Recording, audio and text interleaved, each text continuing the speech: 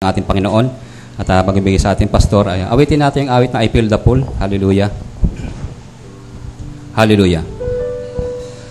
At night I lay in bed and I began to cry,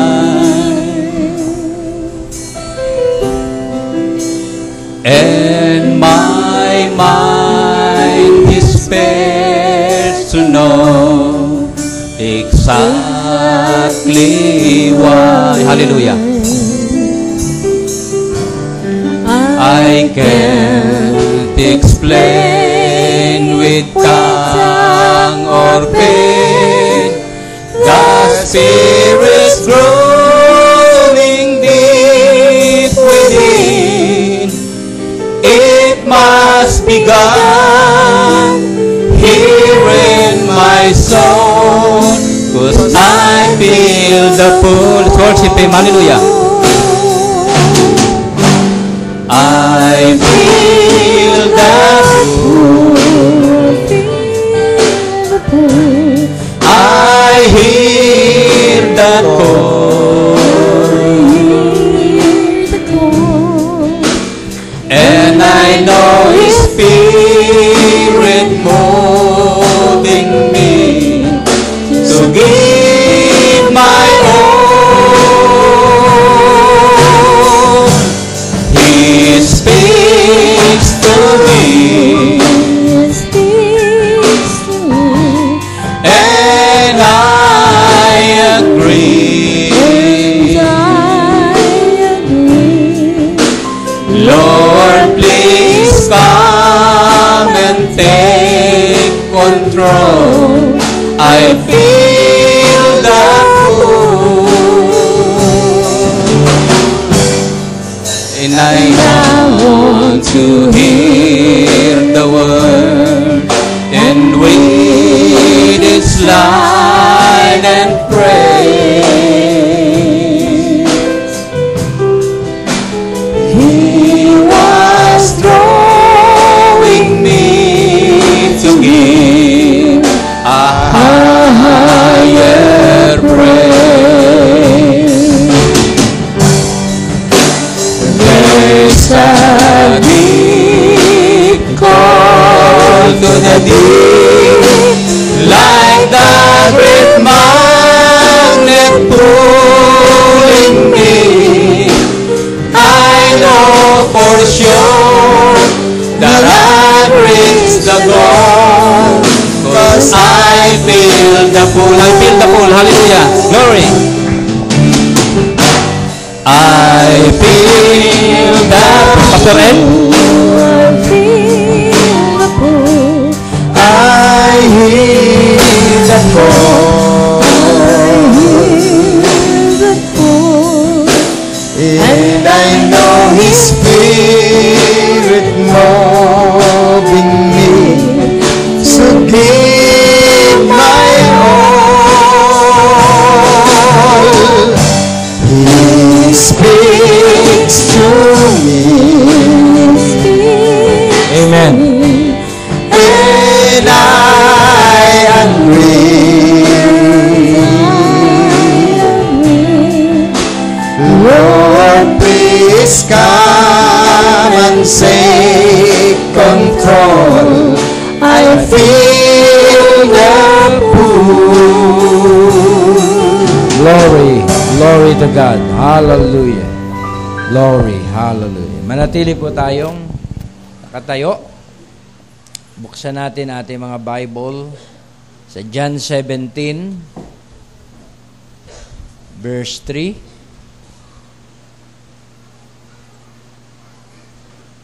Sama natin ang verse 1. Okay. These words spake Jesus, and lifted up His eyes to heaven, and said, Father, the hour is come. Glorify Thy Son, that Thy Son also may glorify Thee. As Thou hast given Him power over all flesh, that He should give eternal life to as many as Thou hast given Him. And this is life eternal, that they might know thee, the only one true God, and Jesus Christ, whom thou hast sent. I have glorified thee on the earth. I have finished the work which thou gavest me to do. And now, O Father, glorify thou me with thine own self, with the glory which I had with thee before the world was. I have manifested thy name unto the men which thou gavest me out of the world. Thine they were, and thou gavest them me, and they have kept thy word. Now they have known that all things whatsoever thou hast given me are of thee. Siya pa? Basahin natin itong Matthew 24:35. Matthew 24:35.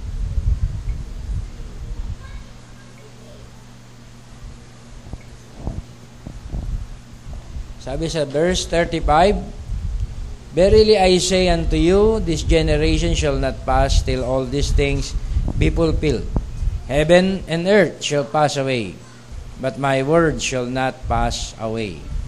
Amen. At isama natin yung 1 John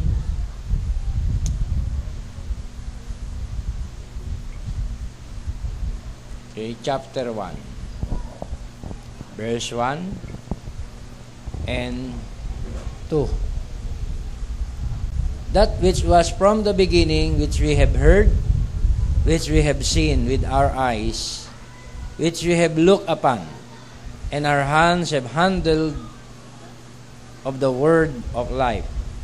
For the life was manifested, and we have seen it, and bear witness, and show unto you that eternal life which was with the Father, and was manifested unto us.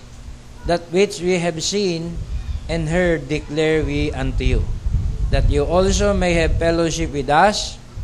And truly our fellowship is with the Father and with the Son, Jesus Christ. And these things write we unto you, that your joy may be full. Let's pray. Dakilang Diyos, dakilang Ama na makapangyarihan sa lahat, kami po ay dumudulog at tumihingi ng iyong banal na patnubay sa gawaing ito, iyong i-anoint ang bawat salitang ito na aming pagbubulay-bulayin. Gamitin mo po ang iyong alipin na walang magagawa. Ikaw ang magpahid sa bawat katagang ito, at ito'y maging pagpapala sa bawat isa sa amin. Ikaw mag-take control ng buong bahagi ng gawain. Ito po'y aming sinasamo sa iyo. In Jesus' mighty name we pray. Amen and amen. Tayo po'y makaupo na. Gandang gabi po sa lahat, at tunay na tayo po ay dumaranas ang maraming mga pagsubok, mga unos sa buhay. Gaya ngayon, meron pa parating na bagyo, typhoon, sabi nila oncoming storm. At mamaya nga ay i-remind nyo nga ako, ipag-pray natin. Amen. At ang Panginoon ang pagbigay ng protection sa mga bride. Amen? Maging sa bansa na ito na ating tinitirhan. At mamaya sa ating prayer. Pero bago tayo dumako sa panalangin, ay dadako tayo sa kanyang salita na nais kong pamagatang. Ano yung title natin last Sunday? Recognizing the Eternal. At nakilala po ba natin ang eternal? Amen. At ang mga bagay na eternal ay ating nakilala. Nais kong i-share itong paksa naman, recognizing the infallible. Okay? Nakilala natin ang eternal, atin namang kilalanin ang hindi nagkakamali. Okay, now don't misinterpret this subject. I'm not pointing to any man, to any prophet, to any individual. Diba? Ito po ay nakasentro lang sa Word of God na nahayag sa atin. Sabi doon sa Scripture, diba? For the life was manifested, and have seen it, and bear witness, and show unto you that eternal life which was with the Father and was manifested unto us. That which we have seen and heard, declare we unto you. Yung aming nakita, yung aming narinig, ay aming ipinapahayag sa inyo. Yung aking nakita, yung aking narinig, aking pinapahayag sa inyo. The same din ang propeta. Okay? That you also may have fellowship with us. And truly our fellowship is with the Father and with His Son, Jesus Christ. Okay? So, yun po, mga kapatid, yung ating title. Nais ko ma-expound ang verse 2 and 3 at ganun din yung John 17. Diba? Na this is the life eternal, the true life, which was with the Father, that thou may know Him, the only one true God. Amen? Diba? Nagpapakilala siya ron. Pinapakilala ng anak. Diba? Ang Ama. Okay? Na nag-iisang Diyos na totoo. Nakilala ba na natin ang nag-iisang Diyos na totoo? Okay, tayo po sa flesh ay ating pinapakilala, mga kapatid, ang salita ng buhay. Sinabi sa 1 John, for the life was manifested, and we have seen it, and bear witness, and show unto you that eternal life which was with the Father. So, ang Panginoon sa flesh, nag-testify, diba, ipinahayag, diba, ang buhay na walang hanggan na buhat sa Ama. Ngayon, nang marinig ito ng mga alagad, ng mga mananampalataya, sabi dito, for the life was manifested, and we have seen it, mga believer, and bear witness, sinaksihan, and show unto you that the eternal life which was with the Father. Paano mo naman makikita ang eternal life kung wala magpapakita? Paano mapapakilala ang buhay na walang hanggan kung wala magpapakilala ng buhay na walang hanggan? At kung walang nakakita. At sabi ni John, at aming nakita. At aming narinig. Ito'y aming ipinapatotoo sa inyo. Ganon din po sa gabing ito, ang ating mensaheng pinag-uusapan ay sikapin ko po na ito ay matapos, pero hindi po ako lubos na magpapakahaba dito sa ating paksa. Okay, no, ang true witness, mga kapatid, ay kailangan niyang ipahayag, diba? Ang kanyang narinig, ang kanyang nakita. Diba? So, ang witness, ang true witness, mga kapatid, ay meron siyang personal na nakita at meron siyang personal na narinig. At ito ang kanyang ipinapatotoo. Kaya tayo sa huling kapanahunan ay dapat nating ma-recognize, mga kapatid, ang infallible. Diba? Na-recognize natin ang eternal at yun ang Diyos na nahayag sa laman. Diba? Yun ang Diyos na nahayag sa iba't ibang titulo. Diba? Nahayag siya bilang High Priest, King of Righteous, King of Peace. Nahayag siya bilang Theophany. At the life of God, nahayag siya. At na-recognize natin ang eternal sa pamamagitan ng kanyang manifestation. Now, mga kapatid, ang subject natin ngayong gabi, recognizing the infallible. Ito po ay mahirap, mga kapatid, sapagkat kailangan mo munang umupo. Kailangan mo munang makipag-aralan, makipag-diskusyonan para malaman mo na yun ay infallible. Can you say amen? Hindi natin tinutukoy dito ang certain person. Diba? Hindi natin tinutukoy dito ang tinatawag na flesh. Ang tinutukoy natin dito yung tinatawag na manifestation ng salita sa flesh. Okay? Manifestation ng salita sa flesh, which is the infallibility of the Holy Spirit, not the infallibility of the man. The man has no infallibility, but the Holy Spirit is absolutely infallible. Recognizing the infallible. Of course, it is the Holy Spirit, the infallible. Amen? Ang banal na Espiritu, mga kapatid, ang hindi nagkakamali. Don't pretend nothing. You be what you are. And when you say, I now accept Christ as my healer, you mean that don't you just slip around the corner and say, well, I'll try, Brother Roberts, when he comes in or somebody else. Don't you never do that. That's a dangerous thing, very dangerous. You be just what you are. And if you're not a Christian, don't say you are. If you're a sinner, admit it. God knows it. And now, your sinful condition, just because you belong to church, that won't help you one bit. You might have a confession, your name on the book, and living a righteous life, and you're still a sinner. You got to be born again, not with a mental mind, but by something that's happened in your heart. It's got to be, friends. Don't never let the devil blindfold you to that.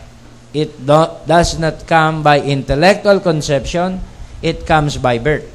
And your life coops right with that. You must have it. So, ang tunay daw na umaakma dito ay ang buhay na nasa atin. It comes by birth. Okay? Ito ay darating sa pamamagitan ng kapanganakan. Para may produce mo ang righteous life, may produce mo ang tinatawag na truth, may manifest mo, kailangan ng tinatawag na new birth. Amen? Walang ibang way. Another quote. Now, the prosecutor comes forth after these witnesses was given 3 different quotations of the scripture, which is in the Jewish courts is a witness. Gives 3 witnesses of scripture that was wrote in God's Bible, supposingly that Jesus Christ said it, which is the Son of God, and God made flesh, dwelling in a man, infallibility. And the prosecutor comes forth now to nail down the case to you people. Now, you remember, you are the jury and you are the judge. Mga kapatid, pinako ang Panginoon. Ang accusation nila, nagpapanggap siyang Diyos. Pinako siya sa krus dahil nagpapanggap siyang hindi nagkakamali. Yun ang akusasyon, mga kapatid, ng tao. Dahil sabi niya, I came from God and I'll go back to God. Diba? At ang mga tayo na stumble sa truth na kanyang pinipreach. Ang ginawa nila accusation ay, bagamat ikay tao, diba? Nagpapanggap kang Diyos, infallible. Okay? At hindi na-recognize yun, mga kapatid, ng hukom. Hindi na-recognize yun ng mga tao. Mga kapatid, na ang infallibility ay ang salitang nagkatawan tao. At hindi nila yon na-recognize. Kaya pinako nila. Anong attitude din ginawa ng mga denomination, na mga so-called end time, so-called Christian in these last days? Pinako din nila ang truth. Amen? Nag-reprobate sila sa truth. Kinrucify nila ang truth sa kanilang mga pulpit. Nag-akala sila ang binabakbakan nila ay tao, ang binabakbakan nila ay grupo, pero hindi nila alam ang kanilang binabakbakan ay ang infallible word. Pero ang mga bride na recognize ang infallible. Diba? Dahil pag sinabing infallible, yun yung thus saith the Lord. Ito yung sinabi ng Panginoon. Amen. Kapag yun na po ang narinig natin, at bride ka, marirecognize mo ang infallible. Makikilala mo kung ito'y salita ng tao o salita ng Diyos. Can you say amen? Kung ito'y taught ng tao o taught ng Diyos. Sabi sa Bible, let every man's word be a liar, but God's word be truth. Diba? At sometimes bilang flesh, carnal, akala natin tao pa rin ang nagsasalita. Pero yung pala, Diyos na yon. Kaya dapat nating ma-recognize siya in every way. Diba? In every time. Diba? Ng ating buhay. Naalala ko nga yung tinatawag na message na nangusap sa kalooban. Yung bata, mahuhulog. Yung word, mahuhulog. So, tumalima din ako. sinapnan ko rin. Mahuhulog eh. Pero yung pala dapat, talian mo talaga yung duyan. Yan mo, isecure mo. Binabaan ko. Kasi mahulog. Pag nahulog na mataas, kawawa.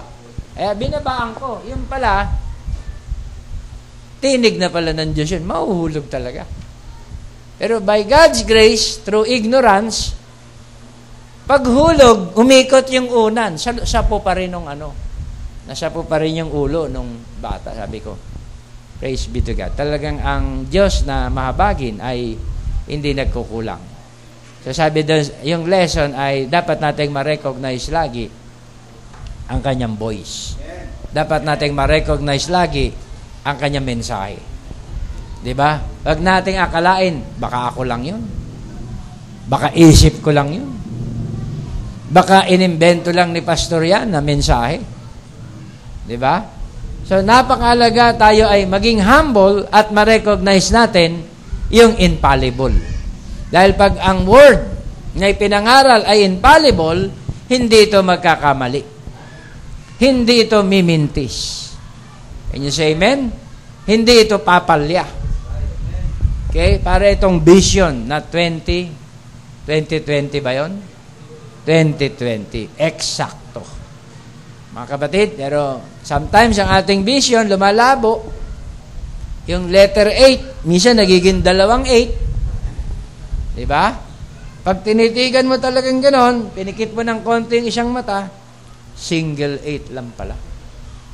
Diba? Pero ang vision ng Diyos, hindi lumalabo. Hindi nagbabago. Can you say amen? At bilang mga anak niya, kailangan nating ma-recognize yung infallible.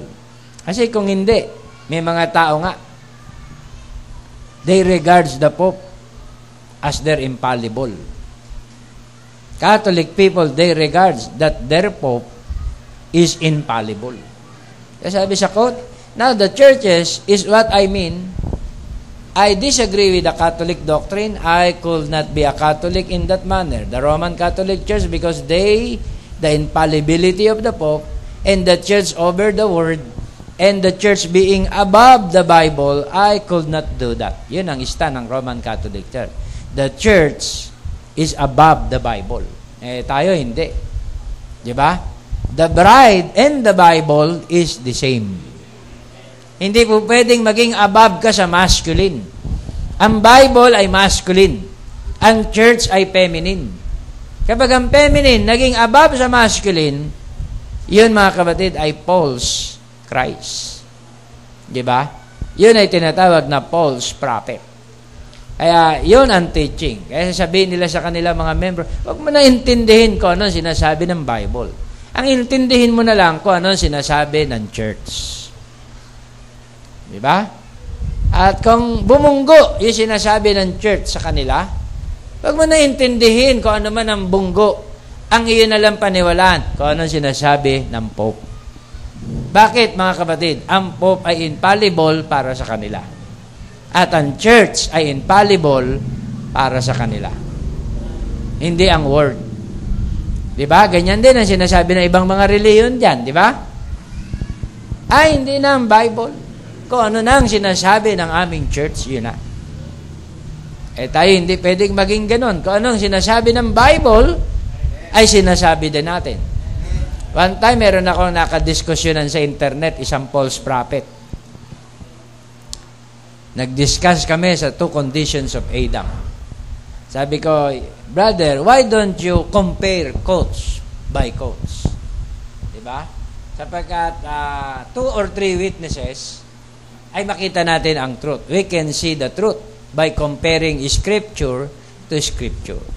Nireply ako. You know, brother, sabi niya, I did not compare quotes by quotes. Because some quotes are not, ang tawag dito, spoken by the angel. Sabi niya. And some quotes are not right. Even before 63 and after 63. Sabi ko, false prophet. I don't believe you. Sabi ko sa kanya, aming sharing. Kilala niyo yan, yung tinutukoy kong yon. At mula nun, din ako nakipag-usap sa kanya. Sabi ko, he is a false prophet. Later lang na-discover ni Brother Victorian na false prophet. Ako matagal na-discover ko na yung sinundan nila ay false prophet. Sapagat ang absolute niya ay ang angel niya. Yung sinasabi niyang angel, hindi naman yun yung angel of the Lord eh. Angel niya yon, na abiding angel niya sa kanyang isip. Kaya mula nun, hindi ko, stop na to. You are a false prophet. Can you say amen? Sapagkat ang prophet, mahuhuli mo siya sa kanyang word. Ang isda, mahuhuli mo siya sa kanyang bibig. Give them a word test. Can you say amen? At mahuhuli mo siya kung sino siya. Kaya mga kapatid, sa recognizing the infallible, kailangan mong pakinggan. Can you say amen? Kung hindi ka makikinig, paano masabihin, mga false yan? Nadinig mo muna, kaya mo napatunayan na yun ay false. Diba? Kaya sabi ni John, that which we have heard, for the life was manifested, and we have seen it, and bear witness, and show unto you the eternal life which was with the Father, and was manifested unto us. That which we have seen, nakita niya, and heard, declare we unto you, that you also may have fellowship. Na ang aming nakita, ang aming narinig, ay aming ipinapahayag sa inyo. If you are a true witness from God, amen, ang ite-testify mo ay kung ano ang truth. Can you say amen? Kung ano ang tinatawag na katotohanan at hindi nagkakamali. Kaya si John, naging maingat siya sa kanyang pagpapatotoo. Dahil ang kanyang pananaw, bakit ako nakulong? Sa pangangaral ko ng katotohanan, bakit ako nakulong? Sa papupuran kay Christ, bakit ako nakulong? Kaya sabi ni John sa kanyang mga alagad, pakicheck nyo nga. Just for the benefit of the doubt. Dinagdag ko lang yon. Pakicheck nyo nga kung siya na talaga ang Kristo. Kasi baka false Christ. Hindi siya sure. Diba? Yung pinoran ko, yung pinangaral ko, pakicheck nyo nga kung siya na yung infallible. Dumating ang mga alagad, dala ang balita.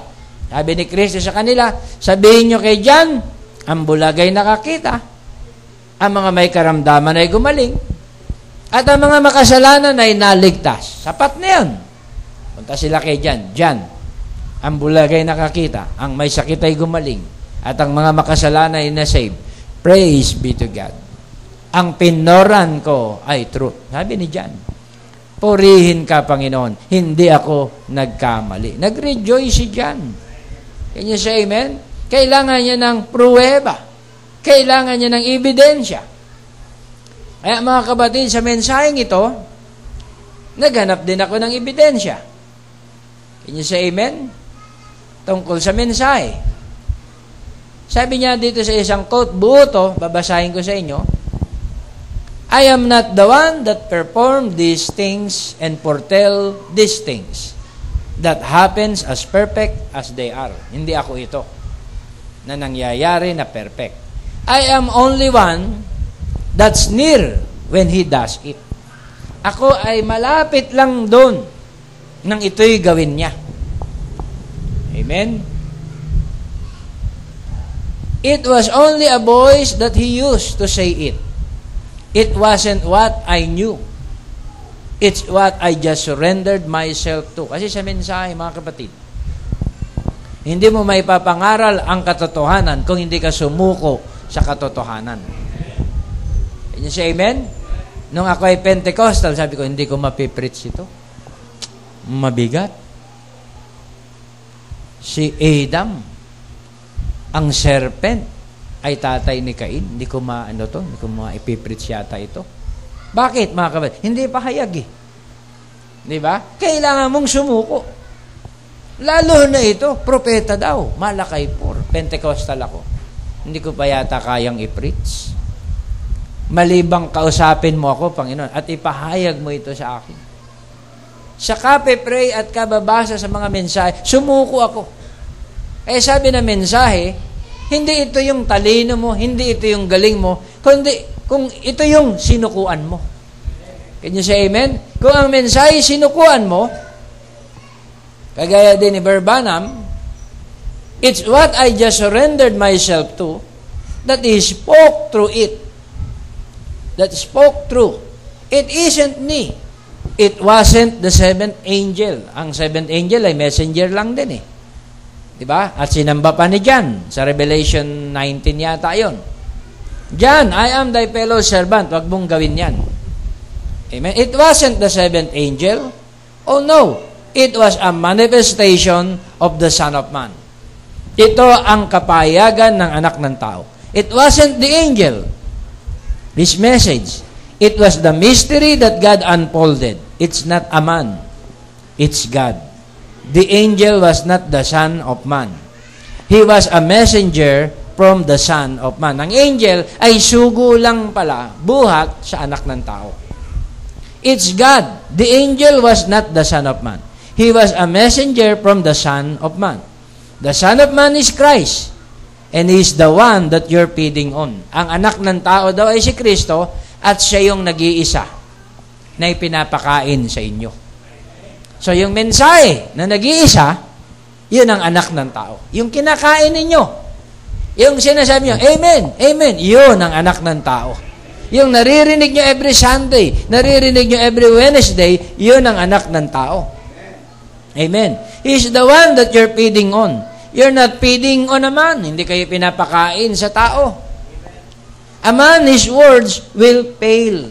Ang tao sa kanyang mga salita ay nagkakamali. Diba? Kaya sabi ng isang tao, I predict. I do not prophesy. I'm just predicting that 1977, this world system will be terminated. Hindi naman nangyari because I predict. As a man, di ba? He can predict. As a man, I can predict. Can you say amen? But His infallible word say, di ba? Anong sinabi niya? Ang salita niya ay hindi lilipas. Let every man's word be a liar, but God be truth. Pag sinabing, thus saith the Lord, yun po ay mangyayari. Hindi na tao ang nagsalita, kundi Diyos. A man's word will fail, but you're feeding on the unfailing body word of the Son of Man. Kaya magalak tayo, mag-rejoice tayo. Tayo daw ay pinapakain sa hindi nagkakamaling katawang salita. Ano yon? Katawang salita ng anak ng tao. So yun tinatawag pala na katawang salita, ito yung karkas. Ito yung Matthew 24:35, wheresoever the carcass is, there is the eagles gathered together. At 24:28. Tama ba yun? 24:35, heaven and earth will pass away. Sabi ganun, but my word will never pass away. Yun ang kanyang word. At 24:28, kung di ako nagkakamali, ay carcass. Ang carcass, yun yung body word. Yung body word of the Son of Man. Yun ang salitang hindi nagkakamali. Kapag yun ang na-recognize mo, mapalad ka sapagkat na-recognize mo ang Diyos. Na-recognize mo ang eternal. Na-recognize mo ang Word of God. Na-recognize mo ang thought of God. If you haven't fed fully on every word, to give yourself strength to fly above all these denomination and things of the world, will you at this time do it while we pray? Ina-encourage ni Barbanam. Kung hindi ka pa raw napapakain ng kumpleto ng bawat salita ng Diyos upang lumipad ka sa ibabaw ng mga sistema ng denominasyon at ng mga bagay ng mga mundong ito. Bakit may mga kapatirang hindi pa maka-overcome sa mga bagay ng mundong ito? Bakit may mga kapatirang may mga kahinaan pa dito sa laman? Bakit may mga kapatirang may kapintasan pa at reproach sa salita? Sabi ng message ng prophet, hindi pa sila napapakain ng lubos. ng salitang ito na hindi nagkakamali. Bakit may absent? Bakit may mga hahapay-hapay? Hindi pa napakain ng lubos. Kasi ang isang tao, pag napakain ng lubos, hindi na iiyak yan. Hindi na magmomormor yan. Busog. Tingnan mo yung bata. Iiyak-iyak. Gutom eh. Busugin mo. Ano gagawin ng bata? Maglalaro na lang. Busog eh. Magre-rejoice na lang. The same din ang believer, mga kapatid. Bakit nakagagawa mga believer ng kapalpakan dito sa flesh? Di ba? Bakit nakakalimot sa mga bagay na patungkol sa salita? Hindi napapakain ng lubos. Paano mapapakain? Ikaw din ang gagawa nun para yan ay mapakain ng lubos. Dalhin mo siya sa mga sharing, dalhin mo siya sa mga ministerial meeting, dalhin mo siya sa fellowship every Wednesday, hilahin mo siya every Sunday.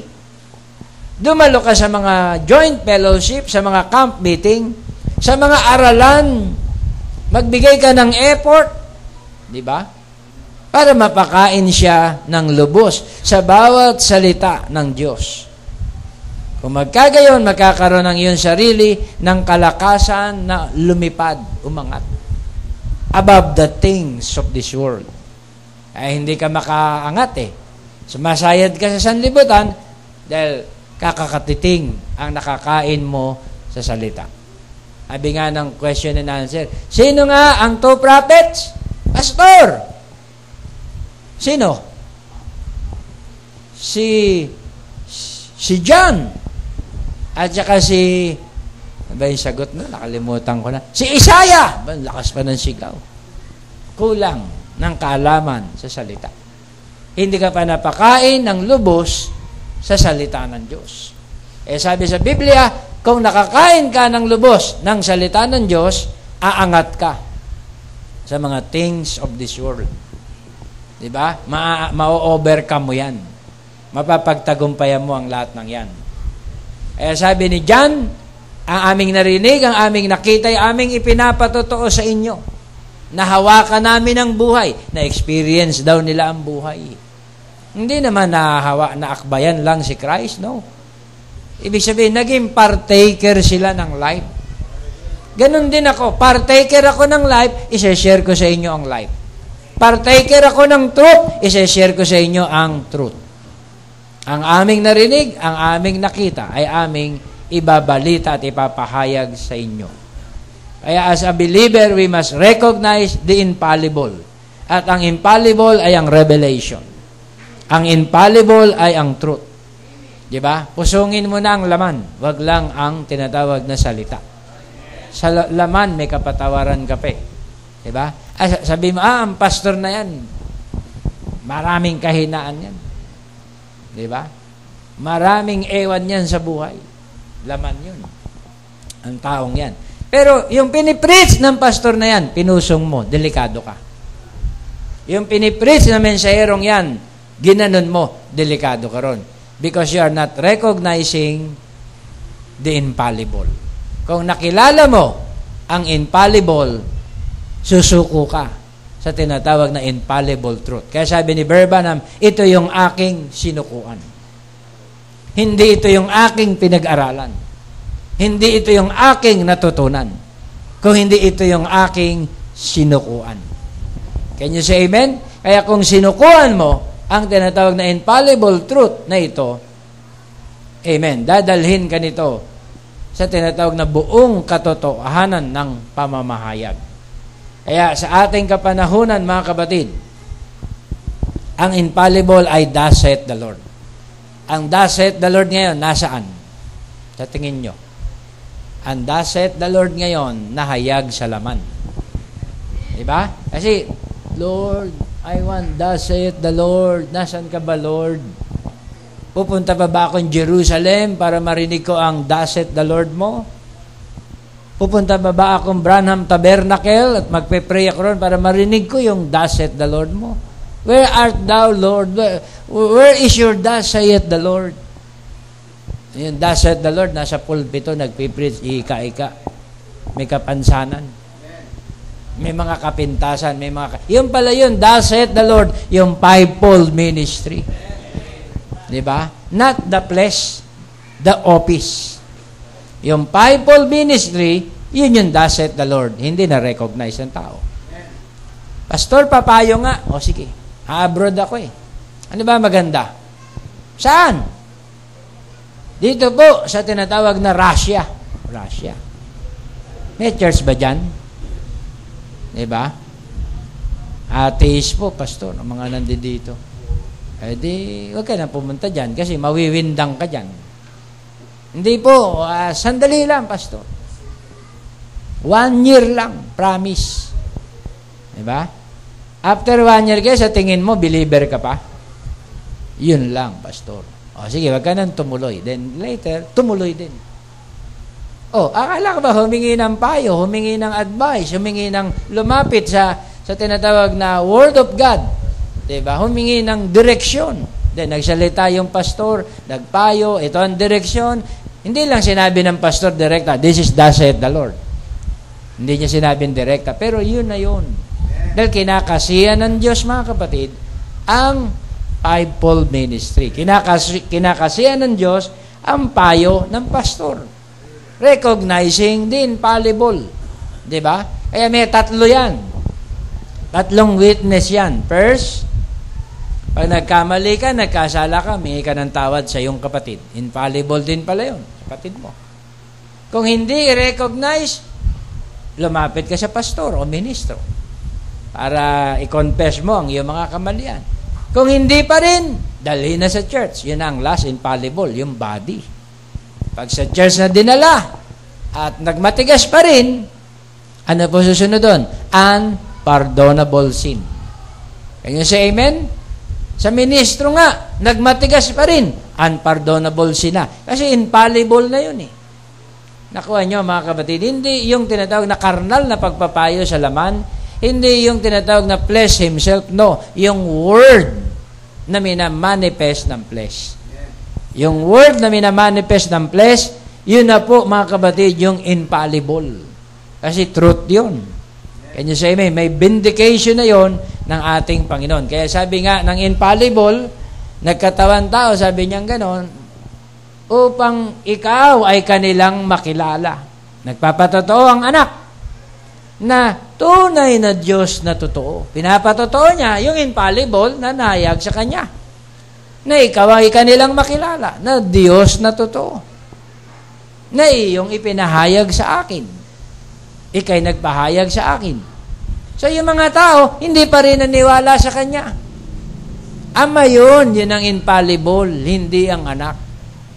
Di ba? Ganun ang mga lusot-lusot. Sa 17 ng 3. Pagdating ng 1 John chapter 5. Di ba? Anong sinabi din sa 1 John chapter 5? Hindi ko nababasahin. Na ito ang tunay na Diyos. Diba? Ang iyong anak na sinugo. No, yung anak na ngayon, mga kapatid, ang tunay na Diyos na iyong sinugo. Ito ang tunay na Diyos at buhay na walang hanggan. Kailangan mo ba bang hatiin yun? Sabi mo, hindi, buhay na walang hanggan lang yun. Na ipinahayag. Yung tunay na Diyos, andun sa taas, tinuturo. Ito ang tunay na Diyos. Hindi na kailangan. Recognizing the eternal. God was manifested in the flesh.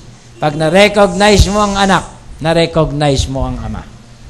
Pag na-recognize mo ang sinugo ng anak, na-recognize mo rin ang anak na nagsugo. Dahil sabi ni Kristo sa aking pagwawakas, kung tatanggapin ninyo ang aking sinugo sa aking pangalan, ay tatanggapin ko rin kayo sa akin. Sapagat yung aking sinugo, ang tumatanggap sa aking sinugo, ay tumatanggap din sa akin na nagsugo. Pumirma na eh. Sinabi na, o sige, pumunta ka ron. Sabihin mo, ako ang nagpadala sa'yo. Yeah, pagdating ng tao. Ako ay pinadala ni ganito. Hindi namin kilala yan. Pati ikaw, hindi ka namin kilala. Magigribi nagsugo. Di ba? Kaya yung hari, sabihin nyo, kayo ay sugo ng hari. Sabi ng mga tao, pakialam namin sa mga sinugo ng hari. Siya ang pumunta dito para makilala namin siya kung siya'y talagang hari. Pinatay yung mga sinugo. Nag-grieve ang hari. Ang bihira. Isinugo ko, hindi kinilala. Isugo ko ang aking bugtong na anak. Dumating ang bugtong na anak. Ako, ang bugtong na anak ng hari. Isinugo ako ng ama para sa inyo at para sa inyong sala. Wala kaming kilalang anak-anak. Pinatay ang anak sa krus ng Kalbaryo. Nag-grieve ang hari. Wala kayong kilala. O sige. Nagpadala ang Panginoon ng tinatawag na salot. 70 AD, pinagpapatay silang lahat. 70 AD. Ang Jerusalem sinunog at pinagpapatay sila na hindi nakakakilala sa infallible. Hindi nyo kinikilala yung sinugo. Hindi nyo rin kinikilala ang anak. Pues, hindi rin kayo kinikilala ng ama na inyong tinatawag at inyong sinasamba. Ay sabi, in vain do they worship me, teaching for doctrine the commandments of man. Why? Hindi nyo na-recognize ang infallible. Napakahalaga mga kapatid, in every way, diba? In every action, in every words, ma-recognize natin yung infallible. Sapagat yun ay God's word. Diba? In God's mouthpiece. Diba?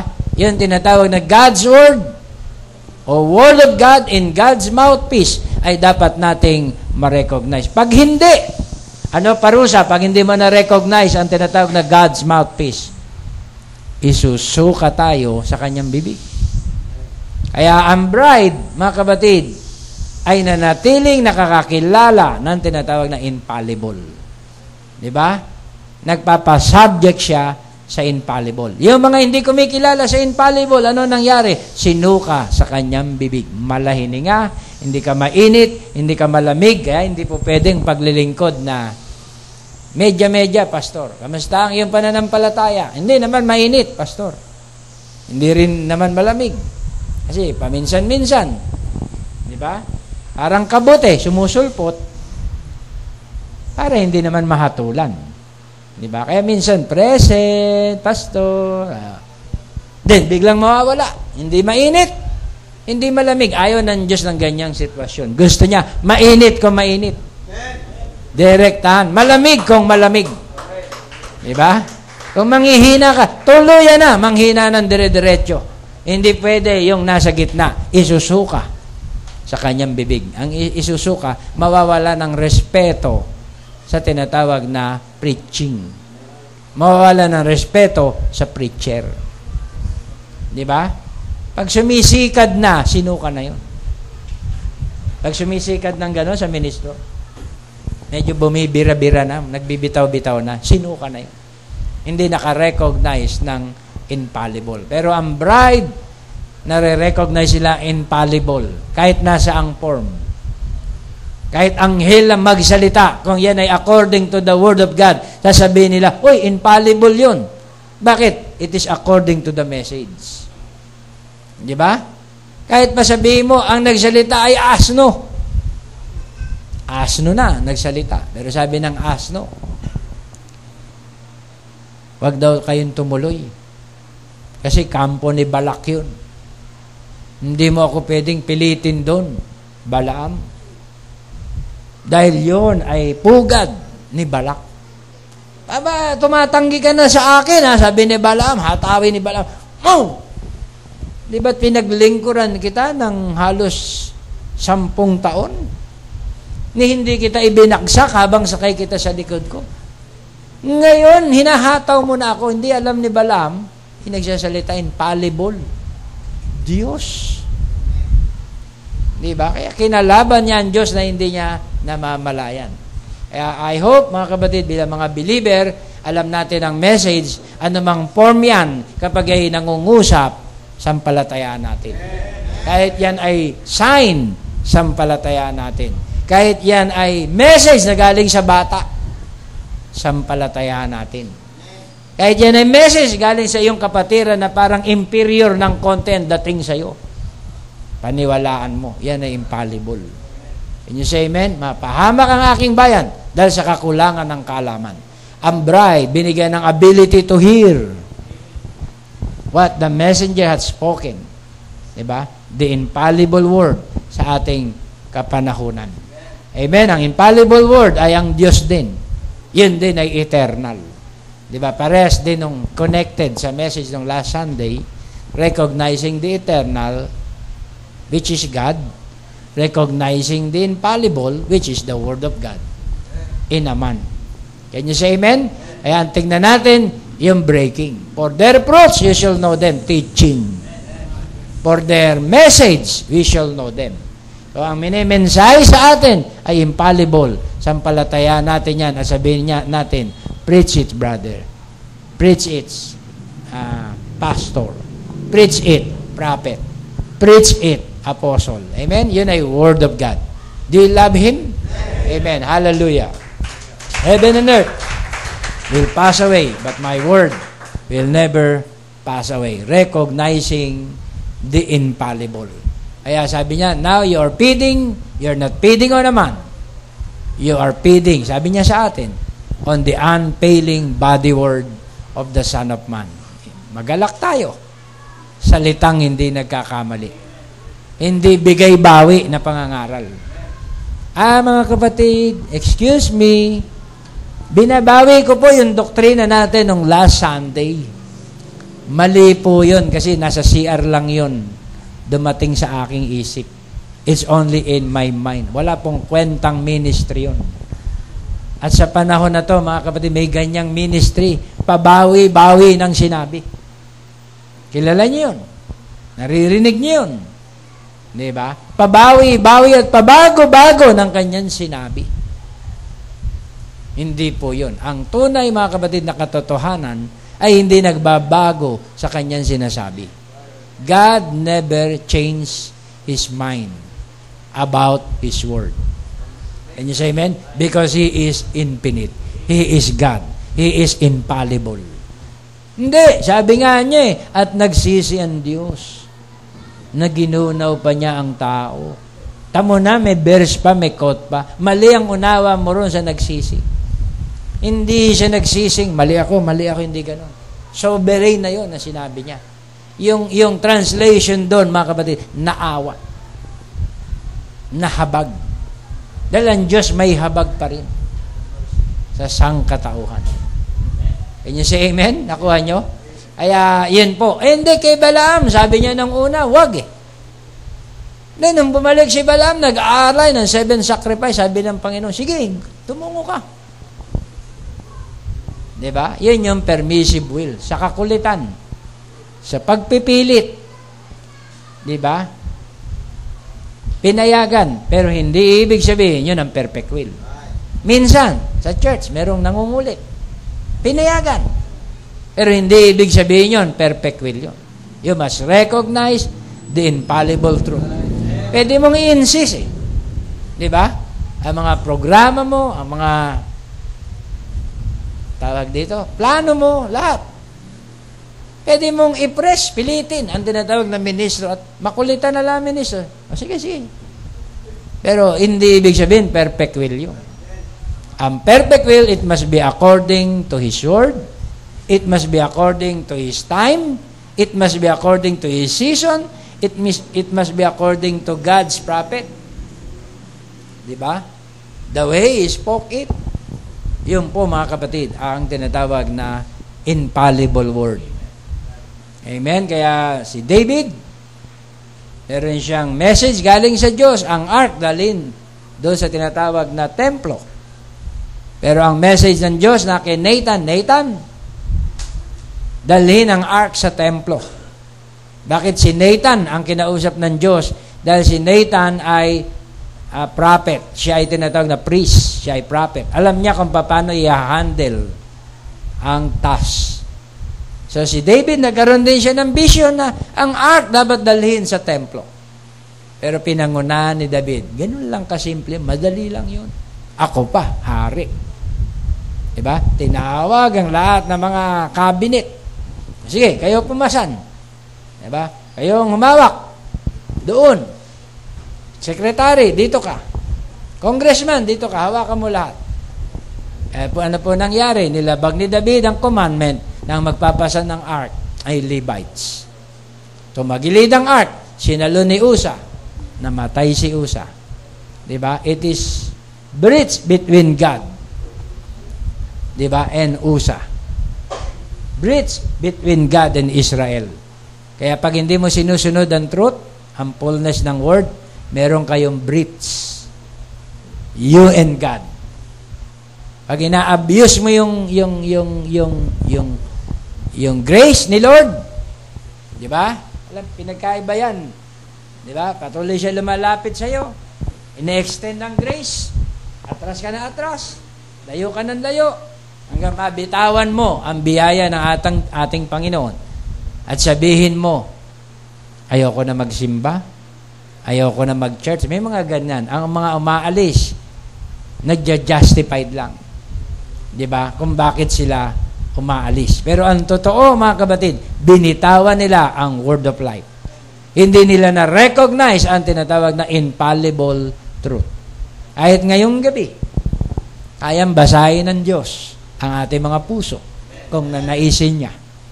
At sasaysayin dito sa atin, may mga pangalan kung ano-ano ang ating mga modus operandi sa buhay. Di ba? Pero ibibigay natin yan sa Diyos. Di ba?